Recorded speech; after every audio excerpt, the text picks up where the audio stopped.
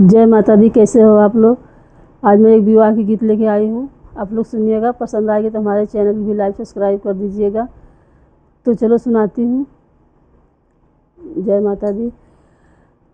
कहवा ही उपजल चंदन लकड़िया, कहवा पर उपजल बसर ललनवा। कहवा ही उपजल चंदन लकड़िया, कहवा ही उपजल बसर ललनवा।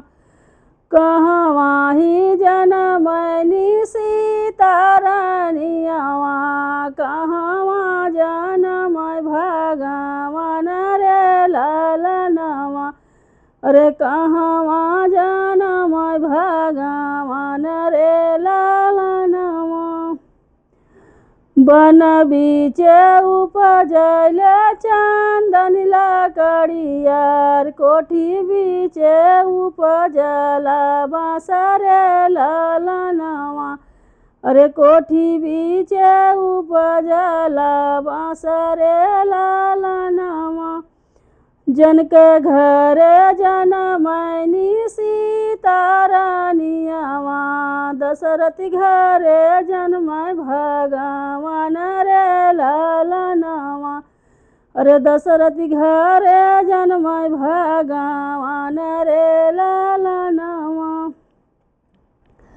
कार्य करन के चंदन उपज, अरे कार्य करन के बसर ललनवा।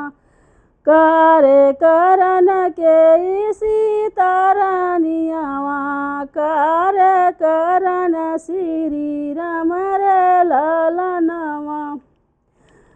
मथवा पर चंदन बद चंदन उपज, मथवा पर चंदन बद चंदन उपजर। मड़वा छवा बदे बसर ललनवा।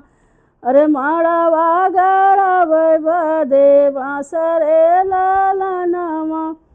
राम रसैया बद सीता रानियावा, धनुष तोड़न के श्री राम रे ललनवा।